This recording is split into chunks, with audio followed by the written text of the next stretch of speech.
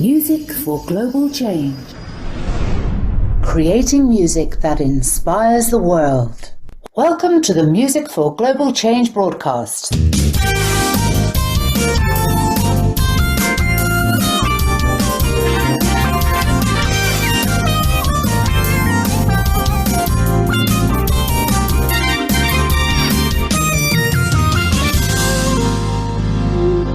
And now here's your hosts, founder and music ambassador Skyler Jett with Deborah Fenella and Tom Bryant. Are you ready? Are you ready? Are you ready to start a revolution? Are you ready? Are you ready? Are you ready to start a revolution? Timeless Tim. Hi, Tim. Well, almost timeless. I made it here a little late. Yeah, That's all right. That's all right. How you doing, brother? Well, as Winston Churchill once said, considering the alternative, we're here. Indeed. Well, welcome to the show, Tim Hain. Welcome to Music for Global Change with music ambassador Skyler Jett and myself, Tom Bryant. Welcome to the show. You are a natural, compelling performer. Timeless Tim Hain. You've recently been dubbed the Van Morrison of Blegay, which I'm led to believe is a mix of blues and reggae that you've started to. You've basically coined that term. Seems to be your joyous fusion of blues and reggae. You've played and written with all kinds of artists across the Atlantic, including Narad Michael Warden, John Lee Hooker's daughter, and you once jammed with Jeff Beck at a gig where, is that right? You didn't necessarily know he was there, and then he came out into the audience from the audience after. Is that right? I did know he was there. I heard on the journey to the gig, and I was very, I felt a little intimidated. Yeah. And my passenger, the drummer, a Rasta man, dare I say it, he was building his 20th spliff of the day, and he just took a drawer and he took a drawer and it said, "Intimidated," he said, "Man, your name is Tim. You have to out-intimidate them." Brilliant. Okay. Oh, that's so brilliant. we get there and we set up, and I'm still feeling a bit nervous, and the landlord says, "Listen, man, you're at home here. You're not late. You can play till 2 a.m. It's your place. Have whatever whiskey you want, because I'm a big whiskey fan. Tell your drummer he can partake of whatever he wants in here." And so there we were. So Jeff Beck arrives in the middle of the first set, and I kind of forgot he was there, and then I get a message he wants to meet you. So he got up and shook my hand, and he says, "I love all that Albert Collins, Albert King stuff you're playing." And I said, "Well, I've been saying the same thing to you for 40 years. Where have you been?"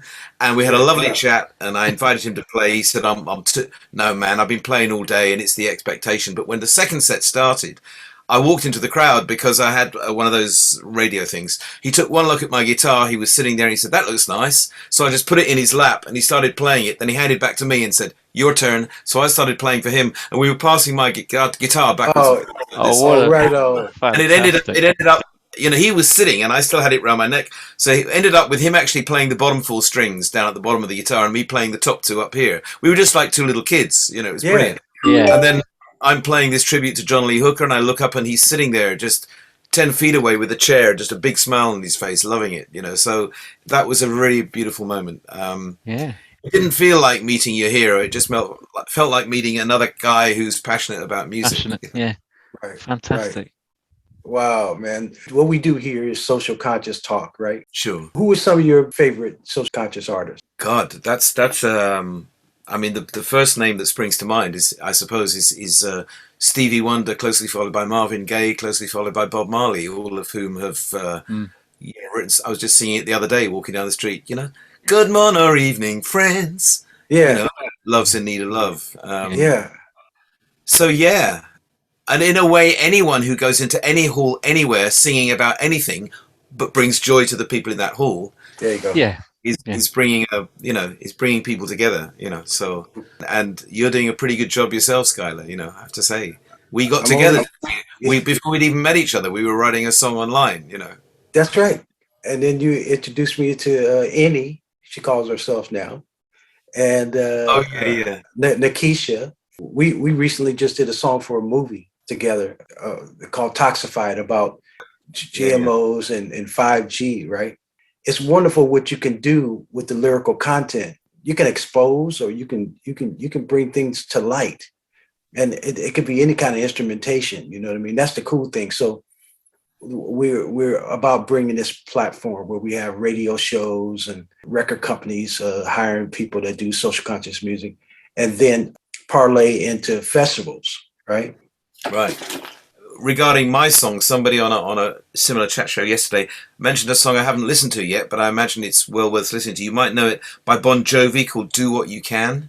Apparently, it's a great song about just doing what you can do to help out. Really. Yeah. Yes.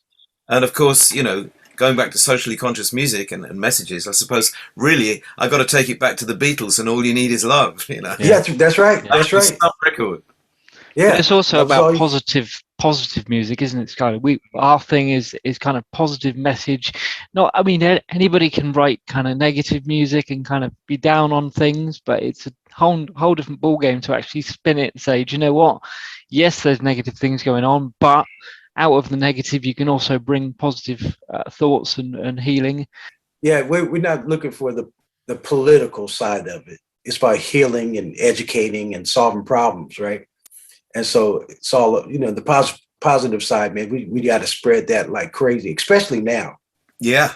This reminds me of an interview I once saw many years ago, must have been in the 80s, early 90s, between a chap called Bob Geldof, whose name you might have heard of. Yeah. Oh, yeah. Okay.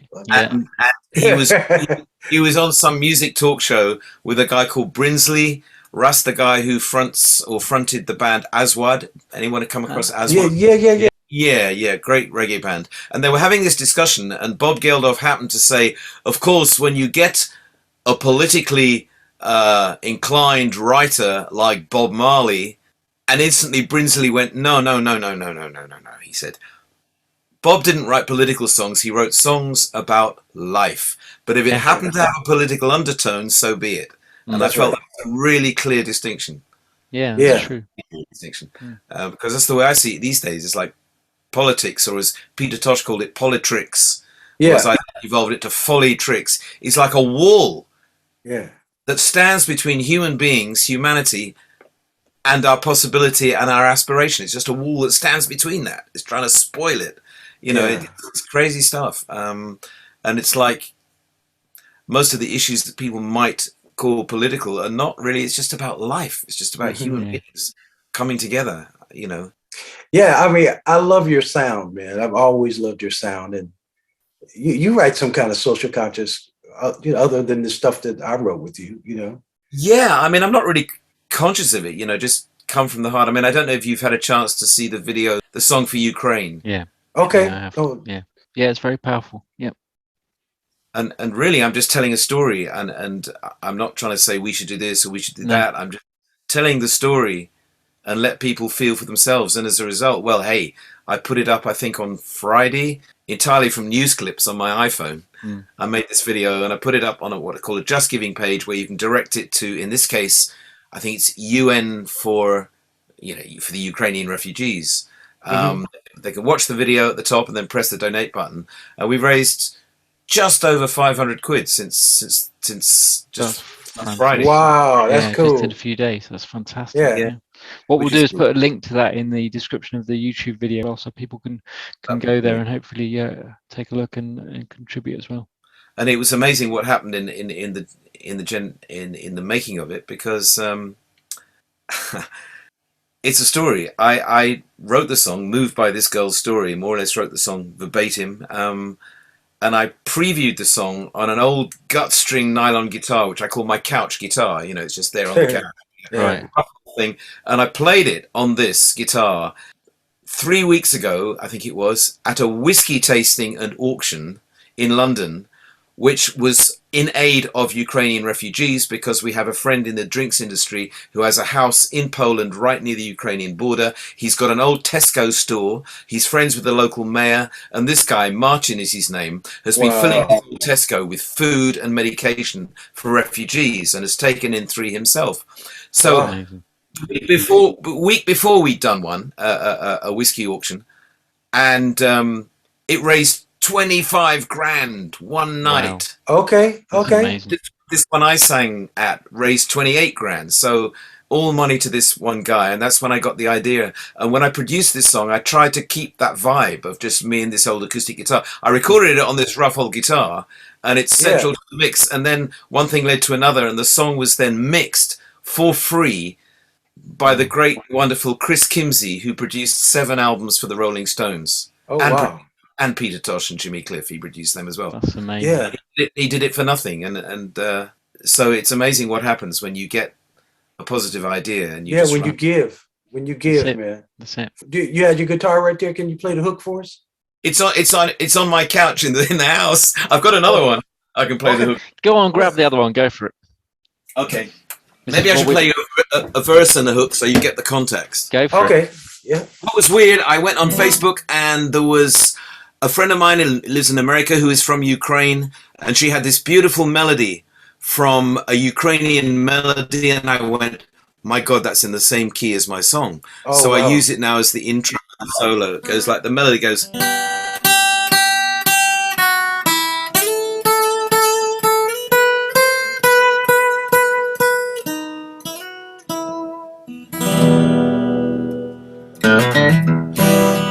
Trying to remember the words, you forget your own songs.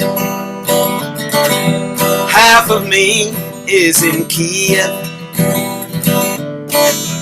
half of me on a train with my daughter, fleeing from the tanks and bomb. Daddy stays to fight the oppressor. This train rumbles into one more station where the desperate are trying to climb on board. This train is rammed with refugees. The conductor won't open the doors, and there's no more room on this train. No more room for no more pain. And the world is watching, praying for the children of Ukraine. Yeah, man. That's brilliant. Yeah, man. It's really There you go. powerful. Wow. Amazing. So I good. can almost see the video. You know. Yeah. So Well, good. it's just bombs going off and children and crowds, just scenes from the news, just click, Yeah. click, click, and also little clips. And I did it with this young woman who lives near here, who's an up and coming artist called Billy. She ghosts my voice mainly with a harmony, mainly Yeah. because since I'm telling a woman's story, I wanted the female presence to be in there That's right. That's right. and it worked anyway with me telling the story. So the two of our voices. And Chris loved it. Chris Kimsey, he thought that it was a great vocal blend. So Fabulous. have a chance. What other instrumentation did you use? Well, I've got the acoustic guitar. I actually recorded 3 and left them all on by accident. It sounded good.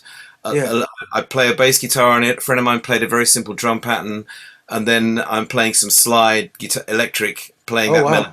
Oh, So okay. that's all. It's quite simple. Yeah. Quite Simple but effective. Yeah. Yeah. Fabulous. What else have you got planned? Future projects for you, Tim? What's in the pipeline for you?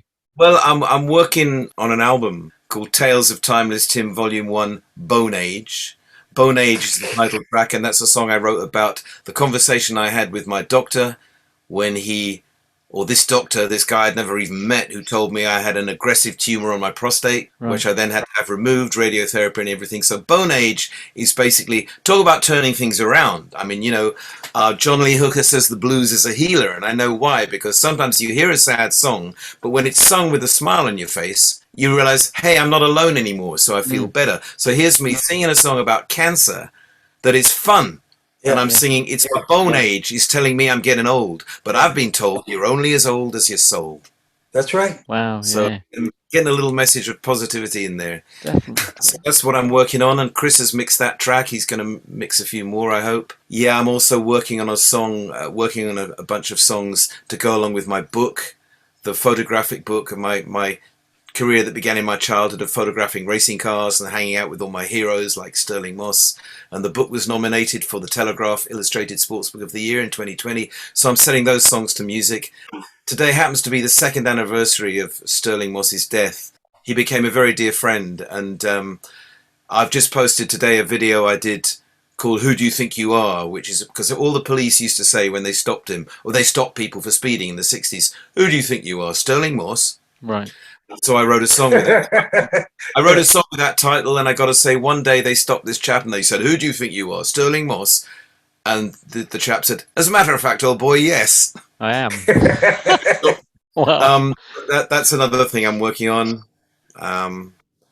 And then the next gig, I have a gig at the Hampstead Jazz Club on May the 7th. Yeah. And I'm also playing lead guitar in my friend's blues band, the incredible Blues Puppies, Alan Glenn, who played with the Yardbirds, 9 Below Zero, and everybody. Okay. So a lot of little irons in the fire. Yeah. Not least, trying to be there for 2 teenage kids. Well, hey man, check it out. We love you, brother. Thank you for taking the time to come on the show, man. And really, really cool for you to do that. And then keep us abreast of some of the social conscious stuff you're doing, because we're creating a platform where people can come listen to just social conscious music, so we can develop radio shows and festivals. Fantastic. Well, you keep on, as they say, keep on keeping on, because it's a great project. It's a great project you're doing. Yeah, I'm enjoying it.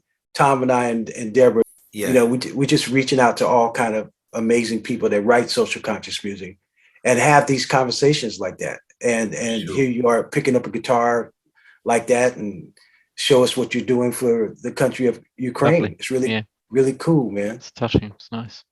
Well, thank you both. It just occurs to me it's such a journey since that day or that night I picked you up from Gatwick Airport. We never actually met. To here you are. Oh, here we are. I bought this coat from China and I didn't even have an address. Thanks. You let me send it to your house from China. I love That it. sounds like a story in itself, Skyler. Come on, tell us a bit more about that. No, it's so cool. I was ordering all this. I found this beautiful coat, man. That's right. It was a coat. Yeah. Yeah, with all these buttons going all the way down, and I get some cool stuff from China, and I didn't even have an address to send it to. So I said, Tim, can I send it to your house? And then when I got here, I would go pick it up. He said, serious, I gotta come on by and get it, right? So Brilliant. So cool, man. But hey, Tim, I gotta come out, man, so we can hang out. Yeah. I found out how to get to Reigate on the train now, so there you go, like I don't drive, so Reigate. You mean you remember what Leroy renamed it? My Rasta friend, Reigate. Reggae. That makes sense. Exactly. Reggae. I love it. Yeah. Are you still doing like just reggae stuff, Well, I mean, when it was Chris Kimsey, the Rolling Stones producer guy, when he was mixing Bone Age, which is a straight blues reggae track. I'm playing kind of like Stevie Ray type on guitar on it, and it's got a drummer who tours with the Wailers on it.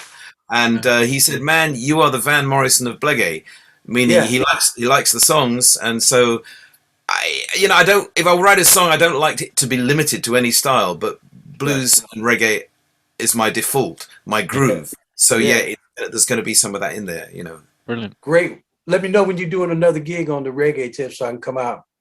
Sure. Yeah. Yep. Well, there's nowhere particularly close because I don't want to do so many of those small little pub gig type things. It's kind of crazy and it takes a lot of energy, when you're doing other things. But, as I say, my next one's very little but very prestigious little gig in Hampstead on the 7th of May called the Hampstead Jazz Club. Okay. Okay. That's going to be fun. That's going to be fun. With a guy on drums who plays with the Specials and hopefully a bass player that I've not actually worked with before, but he's a pucker reggae guy. So we'll see what happens there. Cool. Okay. So thank you guys. Thank you so much for having Blessings, me. brother. Yeah, and hugs to the family too. I haven't seen them in a while. Yeah, and yours too. Yours too, likewise. Right on, brother. Namaste. Namaste. Thanks so much for joining us. Music can save the world. Music can save the world. If we all get together, music can save the world. Yeah. Music can save the world.